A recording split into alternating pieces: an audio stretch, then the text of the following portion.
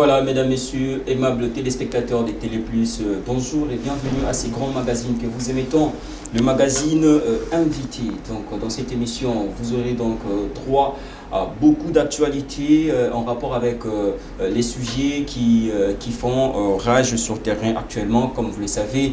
On ne cesse toujours pas de parler de l'état des sièges.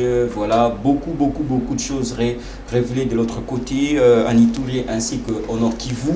On va également parler dans cette émission d'aujourd'hui de deux marches qui sont organisées. Donc voilà, l'une par la coalition Lamuka et l'autre par l'Union Sacrée. Alors, celle de l'Union Sacrée a été initié par l'excellence Willy Michiki, donc ministre honoraire Willy Michiki. C'est donc avec lui que nous allons voilà, passer cette émission d'aujourd'hui, mesdames, messieurs. Encore une fois de plus, bonjour et bienvenue.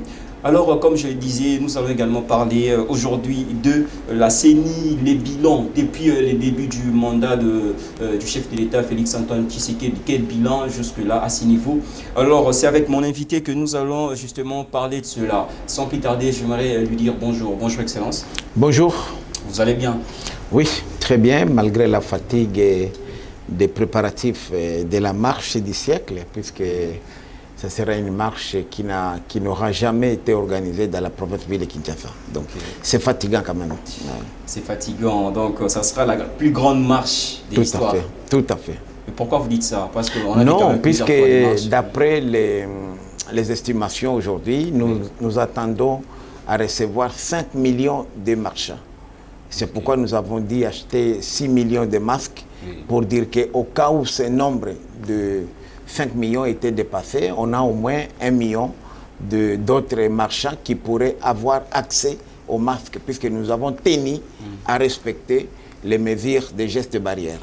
D'accord, merci. On va revenir là-dessus, mais nous allons d'abord commencer avec les bilans du chef de l'État, Félix-Antoine Tshisekedi, depuis qu'il a été élu président de la République jusqu'à aujourd'hui. Selon vous, quel bilan faites-vous sur tout au long de son mandat jusque-là? Oui, le bilan, c'est vrai, on fait le bilan à la fin du mandat, mais à mi-parcours, je peux dire d'abord que la plus grande réalisation que le chef de l'État vient de faire, c'est d'abord de se détacher de la coalition de la mort, puisque réellement, quelqu'un qui aime ce pays, et c'est lui qui a fait presque 38 ans dans les combats dans l'opposition, évidemment ce n'est pas lui, mais sa famille politique, ne pouvait pas accepter de cohabiter avec les forces du mal, qui sont les FCC. De deux, il vient aujourd'hui de poser des actes humains que tout le monde a reconnus. Des prisonniers politiques qui ont fait plus de 2 décennies viennent de retrouver la paix. Les opposants qui vivaient dans la diaspora sont revenus. Aujourd'hui, contrairement à l'époque passée, la NER n'est plus cette police de répression, comme la DEMIAP, qui traquait les opposants, puisque seulement ils tenaient un discours contraire. J'en ai l'expérience moi-même, mais j'ai fait la NER, j'ai fait la prison militaire d'Indolo, tout en civil, puisqu'on m'accusait d'avoir insulté le président de la République, sans preuve. J'ai fait amnistier, mais libéré 8 mois après, difficilement, en catimini. Donc, ce sont des choses que nous ne pourrons plus revoir aujourd'hui.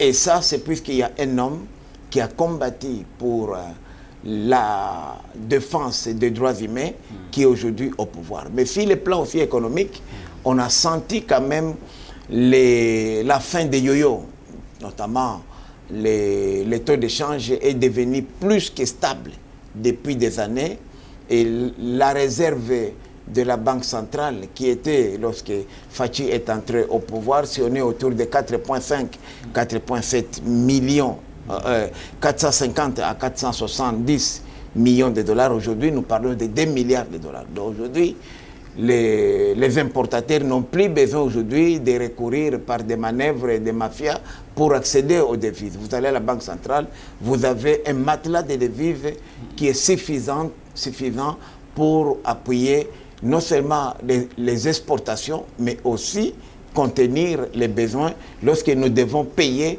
en monnaie étrangères. Donc c'est aussi quelque chose que je peux. Et la dernière chose que je peux dire, ce sont les mesures que le gouvernement des Warriors vient de prendre, et notamment c'est la réduction de prix.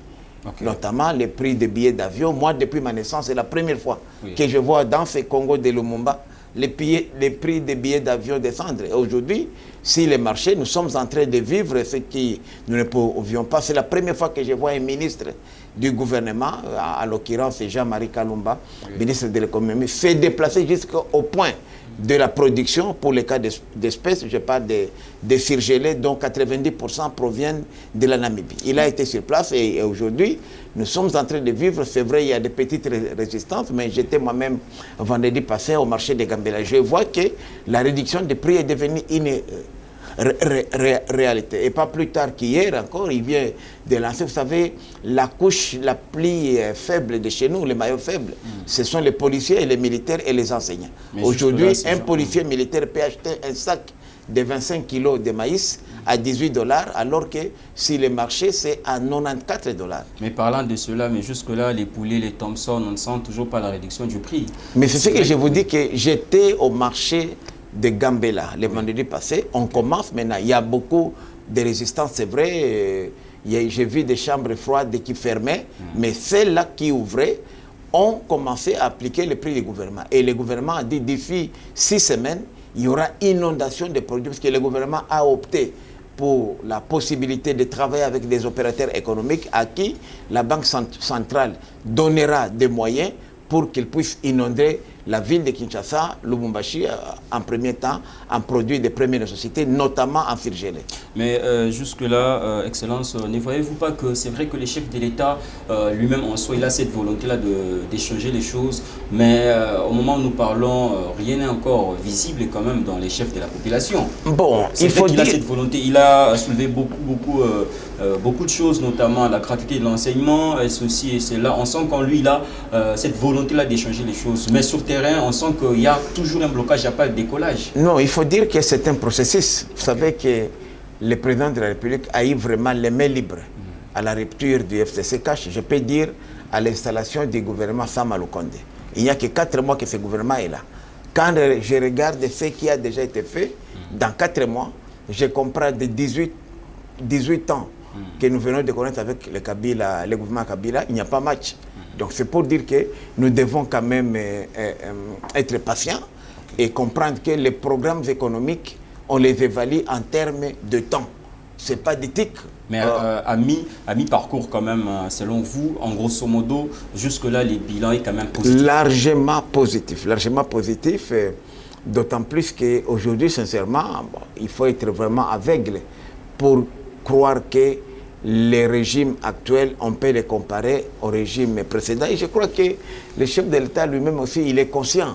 Pas seulement puisqu'il vise le 2e mandat, mais il est conscient de la misère des Congolais. Il vient de là.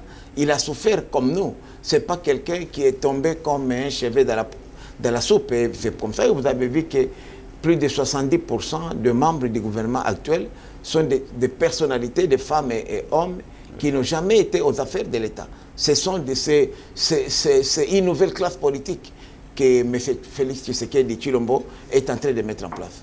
D'accord, merci. Alors, selon l'excellence Willy Michiki, je rappelle également qu'il est coprésident de AFDC Allié. Je suis monsieur... membre de la conférence des présidents du regroupement qui est dirigé par le professeur sénateur Bahati Modeste, que je salue d'ailleurs en passant. Membre de l'Union Sacrée. Tout à fait. Ah, voilà. Alors, donc, on doit retenir que pour l'excellence Willy Michiki, les bilans du chef de l'État, Félix Tshisekedi, jusque-là, il est totalement positif. Alors, nous allons parler du deuxième point, qui est la CENI.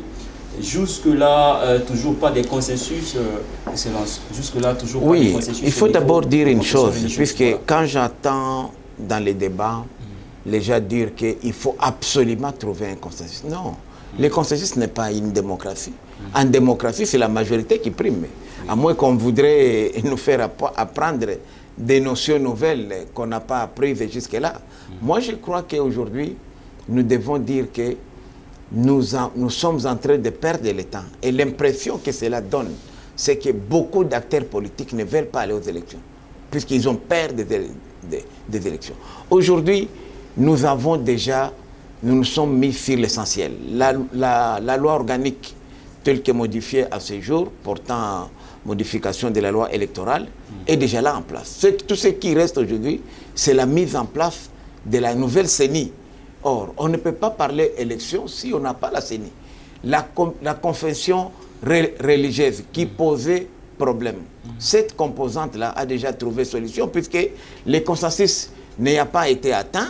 On a dit recourir au vote et le deuxième procès verbal a été envoyé au bureau de l'Assemblée nationale et c'est sur base de ce deuxième procès verbal signé par 6 confessions religieuses sur les 8, ce qui est largement majoritaire, a été pris en compte par la commission paritaire.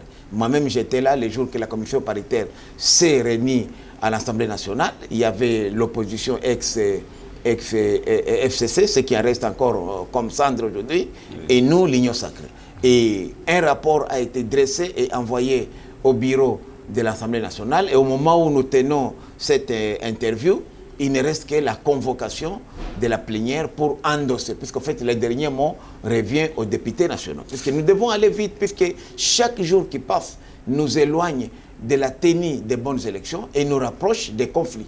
Puisque rappelez-vous que chaque fois on a connu des conflits post-électoraux puisque les élections n'étaient pas bien organisées, non seulement par la mauvaise volonté des acteurs, des responsables à charge de la CENI et évidemment des acteurs politiques aussi qui, d'une manière ou autre, interviennent dans la bonne organisation des élections, hein, mais aussi on a senti que l'État leur faisait défaut.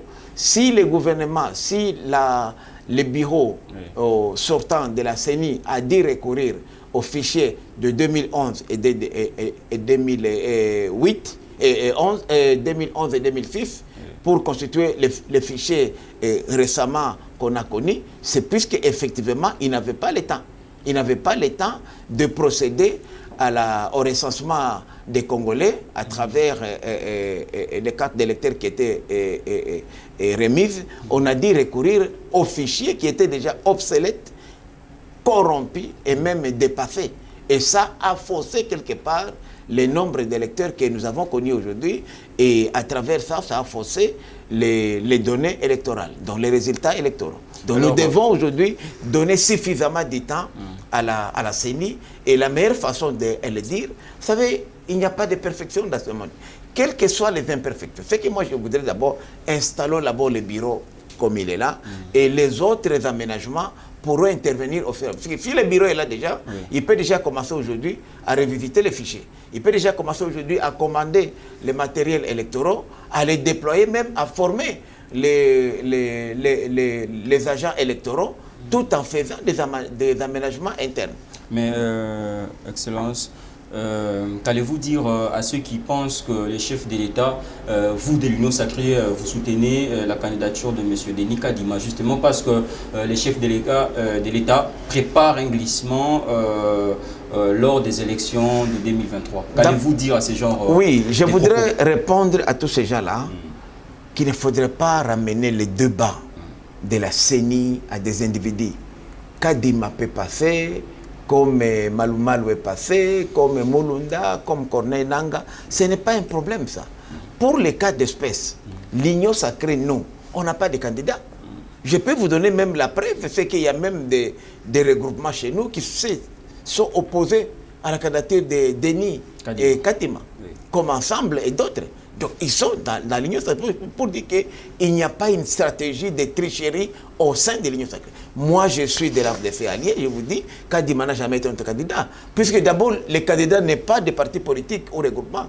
Le candidat est présenté par les confessions religieuses. Mais on dit que M. Kadima, c'est un pion de M. Tshisekedi. Il veut le placer là pour bien gérer les élections à sa faveur. Non, ça c'est vraiment ramené. Moi, je peux appeler ça un débat de caniveau, puisque c'est l'église respectueuse, l'église Kimbangi, ce qu'il a présenté officiellement. Pourquoi on n'a pas dit que Malumalu était un candidat de Kabila ou Nanga, puisque tous ses prédécesseurs étaient présentés aussi par des confessions religieuses. Et je vais vous dire une chose, quand j'examine à chaque fois que les confessions religieuses se mettent d'accord par consensus, pour présenter une candidature, c'est la mauvaise.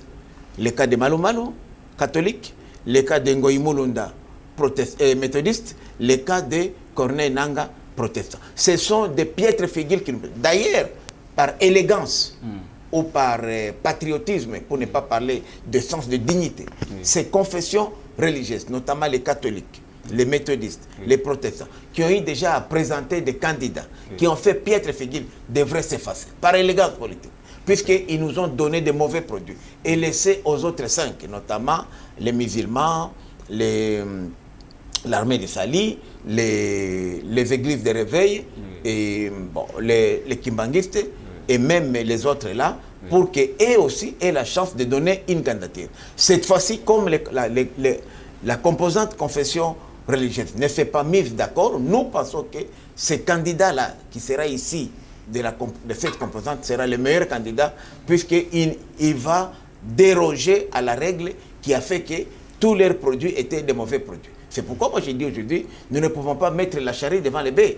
Attendons que les bureaux soient mis en place. Moi, je sais que le législateur s'est servi des erreurs du passé, en verrouillant même les bureaux, parce qu'aujourd'hui, le fait que dans le passé, on mettait la société civile, je croyais que la société civile, dans sa majorité, était apolitique, mais il fait avérer que la société civile, même les églises, sont plus politisées même que la classe politique en soi. C'est pourquoi aujourd'hui, le législateur a prévu une innovation que moi, je trouve vraiment comme garde-fou. Vous êtes d'une organisation politique. Vous entrez dans la CENI, vous coupez votre cordon ombilical à votre organisation politique. Vous êtes de la société civile. Ça, c'est ce qui s'est dit, mais en réalité, c'est... Mais c'est ce qu'il faut se faire. Pourquoi on a fait ça? Rappelez-vous, l'IDPS, avec son rapporteur, l'IDPS réclamait le poste de rapporteur. Mais on ne verra plus jamais ça. Rappelez-vous, l'IDPS en a fait vraiment son cheval de bataille pour réclamer le remplacement des rapporteurs.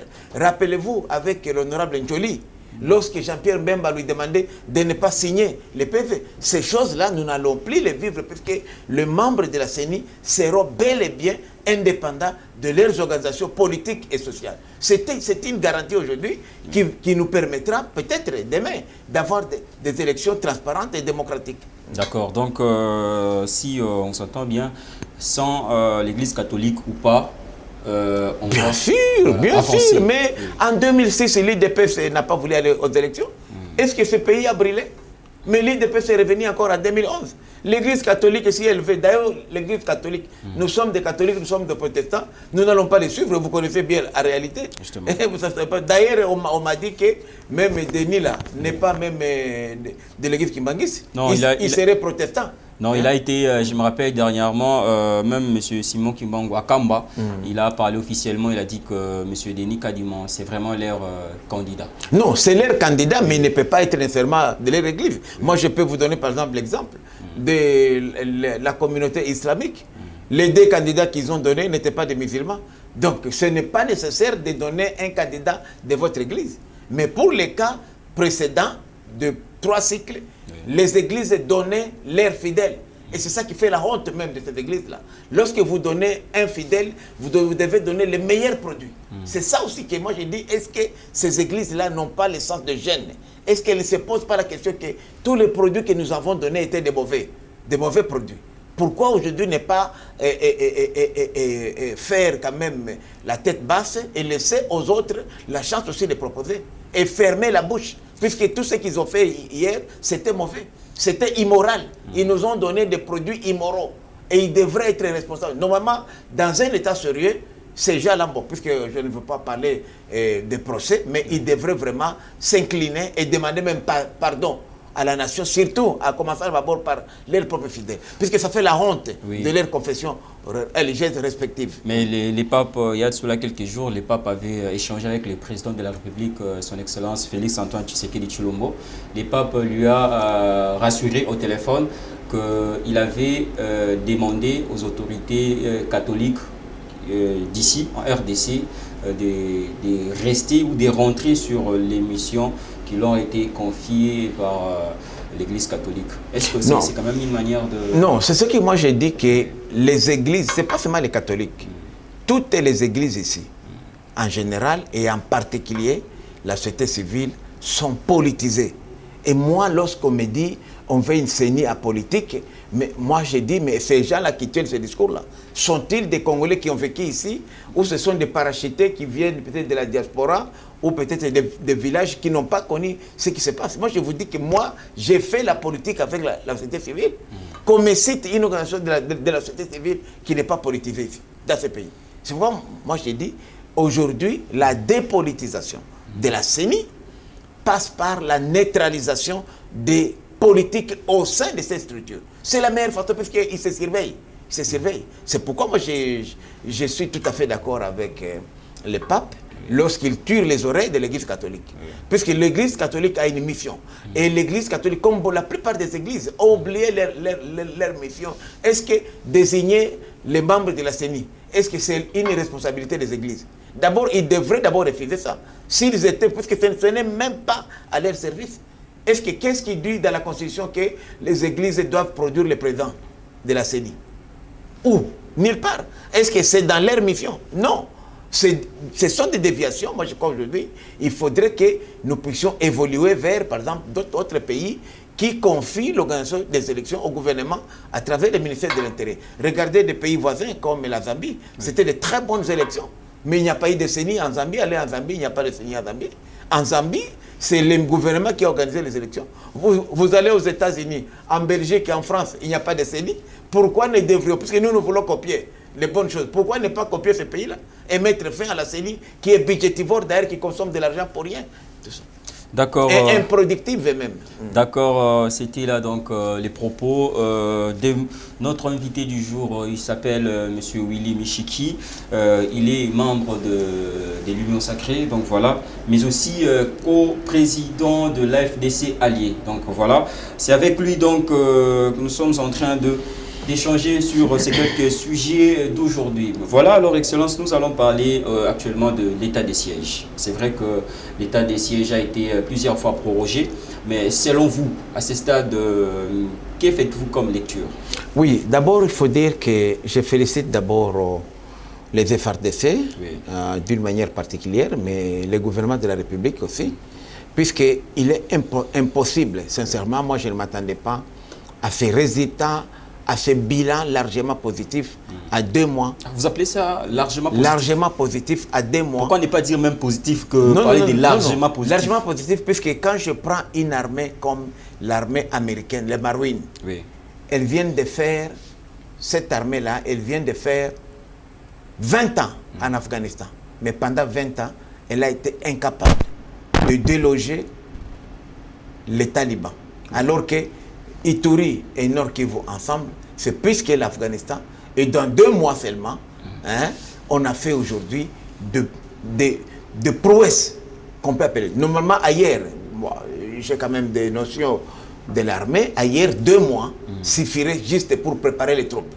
La logistique, ce qu'on appelle les opérations de fouilles, des télécommunications dans 2 mois. Mais nous, dans 2 mois aujourd'hui, il y a des coins à Beni, comme à Lubero, comme à Djougou, comme à Mambasa, qui n'étaient plus fréquentés. Oui. La route qui relie les points frontaliers de Mahagi, oui, et Aru jusqu'à Bunia n'était plus fréquentée, puisque c'était devenu la route de la mort.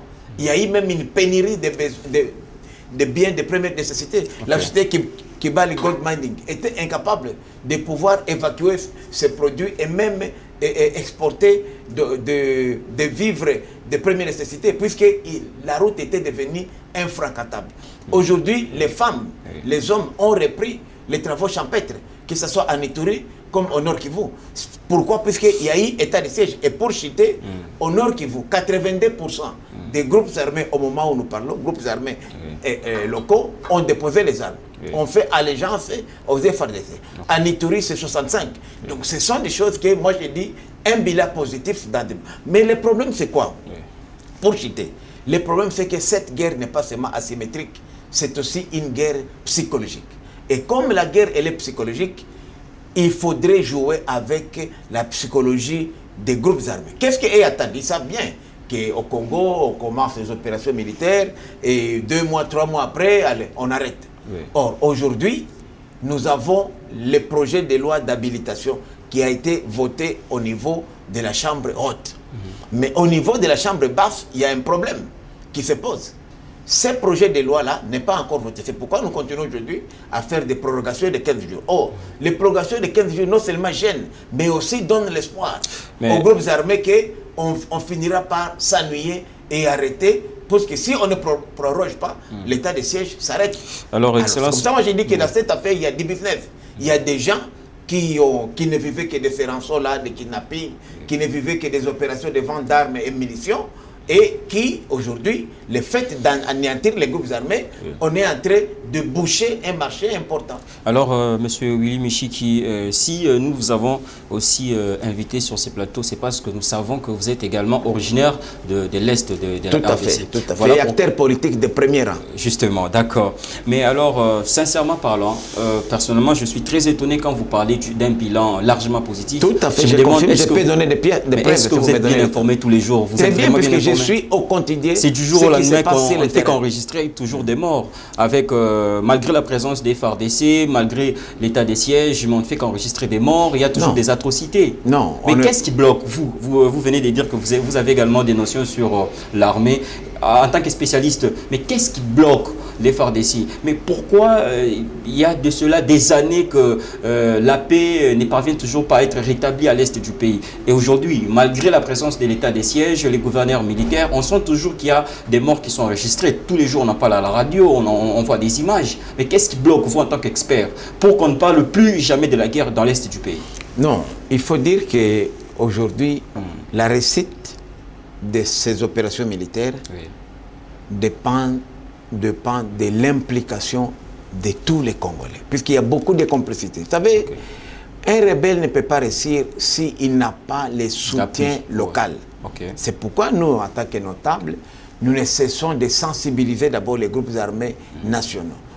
Puisque les groupes armés nationaux, en général, avaient comme prétexte que nous sommes en train de protéger la terre de nos ancêtres. Nous leur disons maintenant, les FARDC, la police, vont faire ce travail-là. C'est pourquoi nous avions conseillé, et là je remercie le gouvernement de m'avoir suivi, en particulier les premiers citoyens de la République, lorsque j'avais dit que lorsque les opérations commenceraient, qu'on commence d'abord à s'attaquer aux groupes armés étrangers. Pour enlever les prétextes aux groupes armés nationaux en disant que non, nous protégeons la terre et nos ancêtres, vous voulez nous anéantir pour amener ici des étrangers occuper nos terres. C'est cela qui se passe aujourd'hui. Alors, c'est pourquoi moi j'ai dit qu'aujourd'hui, la réussite de ces opérations dépend de chacun d'entre nous. Malheureusement, il y a certains de nos concitoyens qui en font des business. Vous savez aujourd'hui qu'il y a 200 à 300 millions de dollars de rançons chaque mois. Ce sont des familles qui souffrent. Je connais beaucoup de familles chez moi qui ont vendu des maisons, des plantations pour payer les rançonneurs. Et les gens n'en parlent pas, puisque si vous en parlez, on vous dit, on va vous tuer demain. Tout ce que vous voyez là, les kidnappings, les gens qui sont ciblés en pleine journée, on tue sur vous. Ce sont des gens qui n'ont pas bien collaboré avec les kidnappeurs. Alors, cela nous peine aujourd'hui. Et cet argent-là ne va pas à Mbanimbao, ne va pas à Rwenzori, à Mambasa, à Djougou, partout. C'est cet argent-là qui construise tous ces immeubles que vous voyez pousser comme des champignons. Et cet argent-là est touché par les politiciens, les notables, les commerçants, verrez, qui aujourd'hui voient de mauvais veilles l'état des chefs. Moi je dis, c'est lui qui dénonce l'état des chefs, c'est un collabo. Il faut donner du temps à l'armée. L'armée, c'est la préparation. Des cas sporadiques, des attaques ne manqueront jamais. Mais pendant combien de temps ils les feront? Mais Excellence, ça fait quand même mal quand nous apprenons que ce sont des Congolais qui ont de carrières minières. Voilà, ils sont en collaboration avec les étrangers. C'est pourquoi ils maintiennent la guerre là-bas pour qu'ils profitent, pour qu'ils exploitent la terre de l'autre côté. Mais comment des Congolais peuvent agir ainsi? Bon, malheureusement, c'est un manque de patriotisme. Non, c'est le manque de l'altruisme ou de l'amour vis-à-vis de son pays. D'abord, il y a la question, à part le patriotisme, il y a les conditions de vie difficiles que nous menons. Mais il y a aussi des pratiques, malheureusement, qu'on a héritées du régime passé. Chaque dignitaire du FCC, du régime passé, avait son petit carré minier, avait son petit chinois, son petit indien, son petit ouest africain, ainsi de suite. Et jusqu'à aujourd'hui, Vous avez même, moi je vous dis, il n'y a pas 2 semaines, j'étais surpris. J'ai vu à travers les images des réseaux sociaux un groupe d'Ougandais et Chinois qui quittent l'Ouganda, l'Ouganda en bonne et due forme. Ils traversent la frontière avec des machines, ils s'installent à Mombasa, commencent à déboiser et toute une forêt. C'est déplorable. À faire l'eau. Et c'est pourquoi je reviens sur un élément qui est capital. Et je voudrais vraiment bien que les téléspectateurs qui me suivent retiennent ça. Nous avons un problème. On a l'administration au sommet, mais on n'en a pas à la base. Pourquoi? Puisque ça fait 38 ans. 38 ans qu'on n'a pas eu d'élections municipales et locales. Alors, si nous avions, par exemple, dans les milliers reculés, milliers ruraux pour le cas d'espèce, des conseils, par exemple, des collectivités sectaires, ces gens-là sont des autorités, des élus locaux qui pourraient dénoncer. C'est pourquoi j'insiste. Et nous, à l'AFDC alliés, nous avons dit, c'est une question, c'est la ligne rouge que même à l'Union sacrée, nous devons défendre. Nous devons intégrer dans le calendrier électoral les élections locales et municipales qui n'ont jamais eu lieu et commencé par ces élections-là. Puisqu'on ne peut pas construire la démocratie au sommet et en bas, il n'y a rien. C'est pourquoi vous voyez tous ces Chinois, les Indiens, les autres, avec leurs complices congolais, ils s'amusent à aller dans les zones minières où il n'y a pas d'autorité, puisque l'Assemblée provinciale est dans les chefs-lieux avec un gouvernement provincial qui ne fait rien, improductif, alors qu'à la base, il n'y a pas d'autorité, il n'y a pas de pouvoir. Voilà une des causes de la misère que nous connaissons aujourd'hui. Et c'est ça aussi qui justifie la déstabilisation, l'instabilité des assemblées provinciales. Aujourd'hui, 14, bientôt maintenant c'est 15, qui doivent voter de nouveaux gouverneurs et de nouveaux responsables des assemblées provinciales. Donc nous devons aujourd'hui renverser la pyramide, commencer par les élections de base et monter jusqu'au niveau le plus élevé de l'État. D'accord, il nous reste quelques minutes, Excellence. Alors, nous pouvons parler rapidement de votre marche que vous organisez. Je tiens d'abord à rappeler que le 15 septembre, c'est la rentrée parlementaire. Le 15 septembre, c'est la marche de la Mouka. Le 15 septembre, c'est la marche de l'Union sacrée initiée par M. Willy Bichiki. Bon, d'abord, ce n'est pas Willy Bichiki comme tel. Vous savez, l'Union sacrée, c'est une vision. Pour solliciter l'organisation d'une activité publique, il faut être un parti politique légalement agréé. Ou une association de la société civile qui est agréée. Et pour le cas d'espèce, l'INANA étant un des partis phares de l'AFDC allié, membre de l'Union sacrée, nous avons pris cette responsabilité-là depuis 2 mois pour solliciter l'organisation de la marche. Bon, l'hôtel de ville, à l'époque, il y a 2 mois et demi à peu près, avançait comme prétexte, les conditions sanitaires n'étaient pas appropriées. Avec l'évolution des conditions sanitaires, et notamment la déclaration du comité multisectoriel à travers les professeurs Mouyembe, ils nous ont rassuré que les conditions étaient mieux qu'il y a 2 mois, 3 mois. C'est pourquoi nous sommes revenus à l'hôtel de ville pour solliciter l'organisation de la marche. Et nous l'avons demandé depuis 2 mois. Et nous avons encore réécrit il y a 3 semaines pour rafraîchir notre demande, et la manifestation, l'autorisation nous a été accordée, puisque non seulement nous avons donné des garanties sur le respect des gestes barrières, comme je l'ai dit en introduction, qu'on va faire masquer tous les manifestants et ils seront à 1 mètre de distance, mais aussi on va faciliter la rentrée parlementaire effective, c'est-à-dire que nous allons escorter tous les députés, sénateurs, les personnels... C'est ça l'objectif de votre marche? Oui, de marche. Il y a une équipe qu'on a mis de côté pour escorter, puisque ce sont des élus du peuple, ils doivent faire leur travail. Notre marche ne devrait pas empêcher le bon fonctionnement des institutions. D'ailleurs, une des raisons que nous poursuivons à travers la marche, un des objectifs, c'est le soutien aux institutions de la République et à la loi électorale. Donc nous ne pouvons pas soutenir les institutions de la République et les empêcher à travailler. C'est pourquoi nous avons dit, même ceux-là qui ne vont pas marcher avec nous, on va créer un couloir de sécurité où ils pourront se déplacer de façon que ça sera individuel. Nous voulons seulement démontrer avec les 5 millions de marchands qu'on attend demain pour la ville de Kinshasa, mais ça sera aussi le cas pour d'autres 25 autres provinces de la République démocratique du Congo. Nous voulons démontrer que notre majorité n'est pas une majorité volatile. C'est une majorité qui est ancrée dans la population, contrairement à l'ancienne majorité de FCC qui, avec un petit vent comme ça qui a soufflé, elle s'est effritée. Mais Excellence, nous sommes vraiment à la fin, mais regardez la caméra, soyez sincères vis-à-vis de la population congolaise. Est-ce que vous n'avez pas emboîté les pas à la Mouka? Parce que vous dites que votre démarche a commencé il y a de cela 2 mois. On ne vous a pas entendu. Mais dernièrement, on a appris que la Mouka prépare sa marche les 15 et du coup, il y a quelques jours que nous voyons, nous voyons la sensibilisation sur les médias de la marche de l'Union sacrée et tout qu'on sort. Est-ce que ce n'est pas une manière de bras de fer? Et aussi autre chose, c'est que pourquoi vous avez été autorisé à marcher alors que le gouverneur Jantini Ngobila n'a pas accepté pour les gens de la Mouka? Bon. Est-ce que c'est équitable? Non, non. D'abord, il faut dire que la Mouka a sollicité l'organisation de la marche un mois et demi après notre demande. Donc, c'est postérieur à notre demande. Okay. De deux, lorsque la Mouka est venue demander, on lui a dit à l'hôtel de ville qu'il y avait déjà l'INANA à travers l'Union sacrée, qui avait déjà sollicité le même jour pour soutenir leur majorité au Parlement.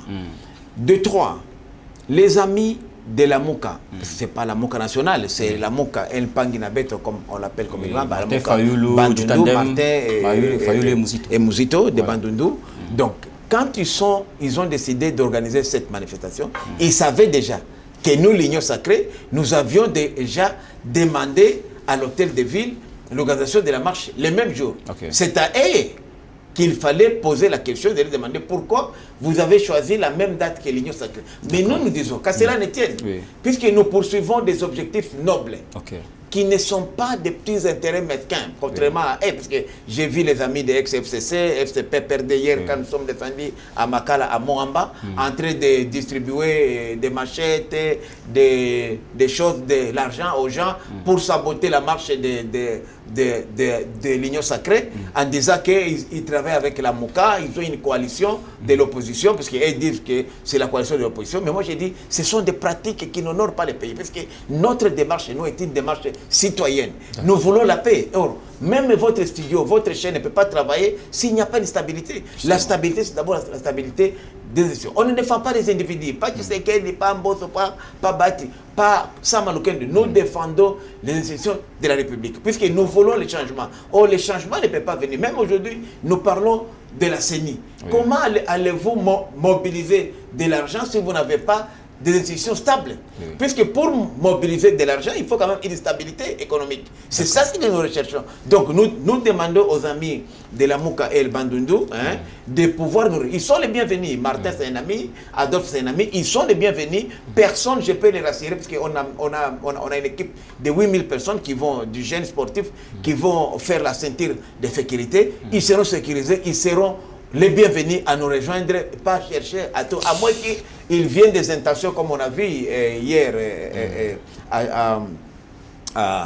à Funa et à Mwamba, des intentions malveillantes. Et là, ils vont nous retrouver sur leur terre, parce que ce sont des pratiques auxquelles nous sommes habitués, nous sommes même vaccinés. D'accord, alors, Excellence Willy Michiki, nous sommes pratiquement à la fin de notre émission. Alors, en 30 secondes, un message.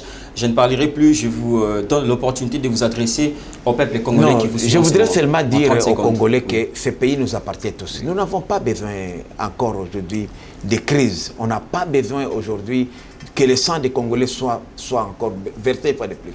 C'est pourquoi nous en appelons à toutes les Quinoises et les Quinois de pouvoir rejoindre massivement la marche du 15 septembre, qui est une marche pacifique, qui a deux objectifs principaux: soutenir les institutions de la République et la loi électorale. Et nous en appelons tous à respecter les mesures de gestes barrières et surtout à éviter les insultes et les provocations. Que notre marche n'est pas une marche de défi, c'est une marche de Congolais réconciliés avec lui-même. D'accord, Excellence, merci. Alors, les points des rassemblements? Oui, les rassemblements, à chaque commune, et à quelle heure? Nous avons à partir de 6 h du matin, et à chaque commune, à partir des maisons communales, nous allons nous diriger tous vers les points de chute qui est la place de l'échangeur de Elimete, en vue de nous incliner sur le monument de notre héros national. D'accord, merci. C'était là l'Excellence Willy Michiki,